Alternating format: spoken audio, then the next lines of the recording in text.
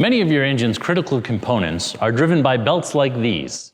Belts operate in tough conditions such as high heat, high speed, and under considerable tension.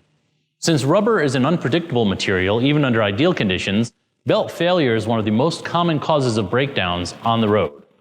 But belts are easy to check, and replacing them is easy and inexpensive once Haynes shows you how.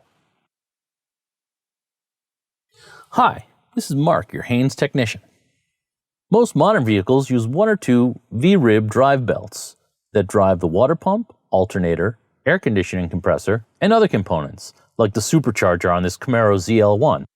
While these belts are very reliable, failure will usually lead to overheating and a dead battery, making the vehicle undrivable, so it's important to make sure the belts are in good shape and tensioned properly.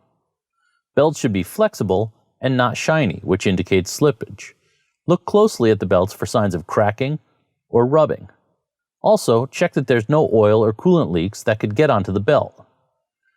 If you hear a squealing noise like this, especially at startup or when you turn on your AC, you've got a slipping belt. This could be caused by something as simple as the belt being too loose, or most likely it's just so old, hardened, or contaminated that it no longer grips properly. Most recent vehicles use a spring-loaded tensioner to automatically maintain the correct belt tension. On some older vehicles, the tension may need to be manually adjusted. To replace most belts, all you need to do is pry the spring-loaded tensioner away from the belt and pull the belt out from the pulleys.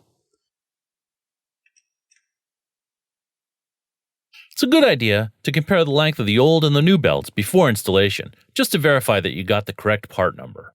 Since the routing of the drive belt is critical, be sure you have your diagram handy. The diagram is usually on a sticker in the engine compartment, but if your vehicle doesn't have a sticker, make a diagram before taking the old belt off. Of course, you can always check the diagram in your Haynes Manual.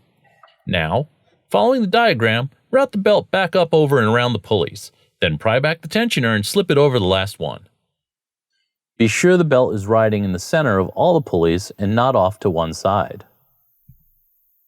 On vehicles with manually adjusted belts, you'll need to loosen the mounting bolts and then pivot or slide it to release the belt tension.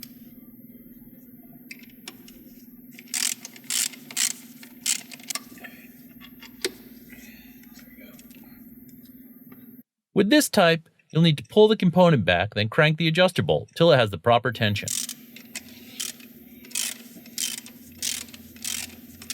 Then tighten up all the pivot bolts so it stays that way.